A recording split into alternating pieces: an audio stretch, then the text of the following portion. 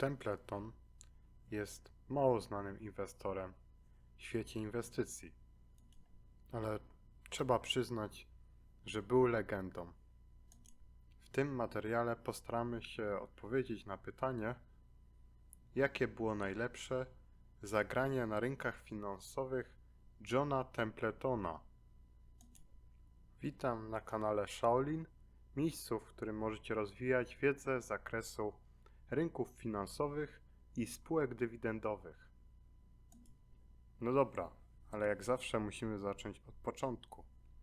John Templeton pojawił się w 1912 roku w Tennessee.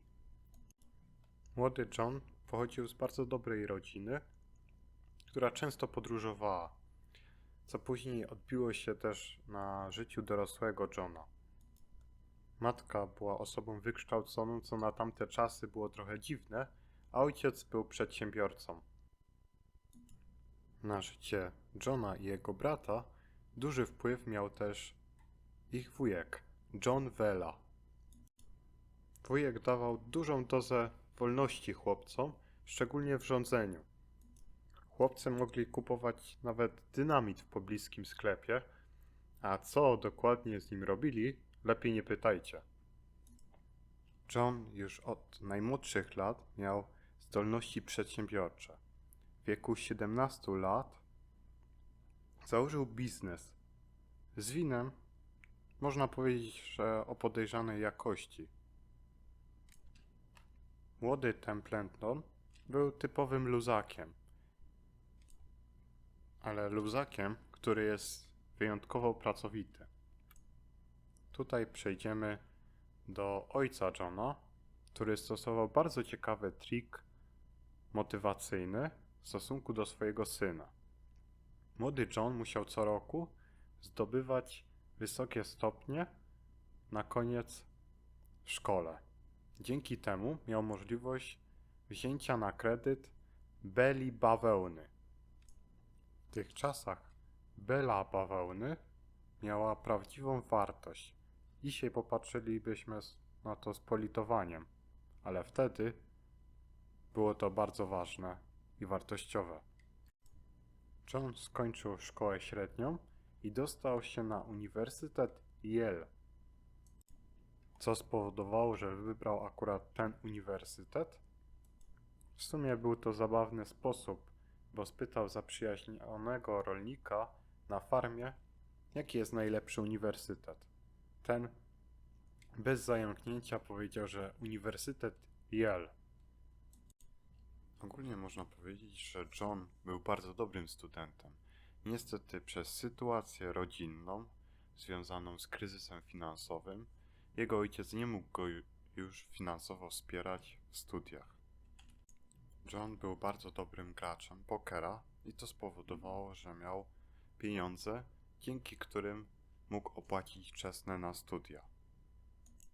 Umiejętność podejmowania ryzyka w tej grze spowodowała, że sukcesywnie, systematycznie zdobywał pieniądze w grze hazardowej, jakim jest poker. Po jakimś czasie John związał się z uczelnią w Oxfordzie. Bardzo lubiał podróżować, a ta uczelnia dawała takie możliwości, by podróżować w różne ciekawe miejsca na świecie. Wygrane z licznych turniejów pokerowych spowodowały, że John mógł podróżować po całym świecie. Podróże po świecie Johna uświadomiły go, że na świecie jest wiele wartościowych spółek, które tworzą bardzo dobre produkty. I tutaj robię małe oczko do świata Azji. John w niektórych okresach swojego życia inwestycyjnego chętnie inwestował w spółki z Azji, między innymi w Japonię.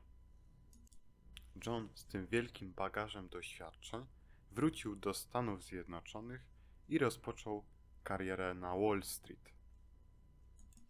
Ale co takiego ciekawego stało się na Wall Street, dowiecie się w późniejszym etapie.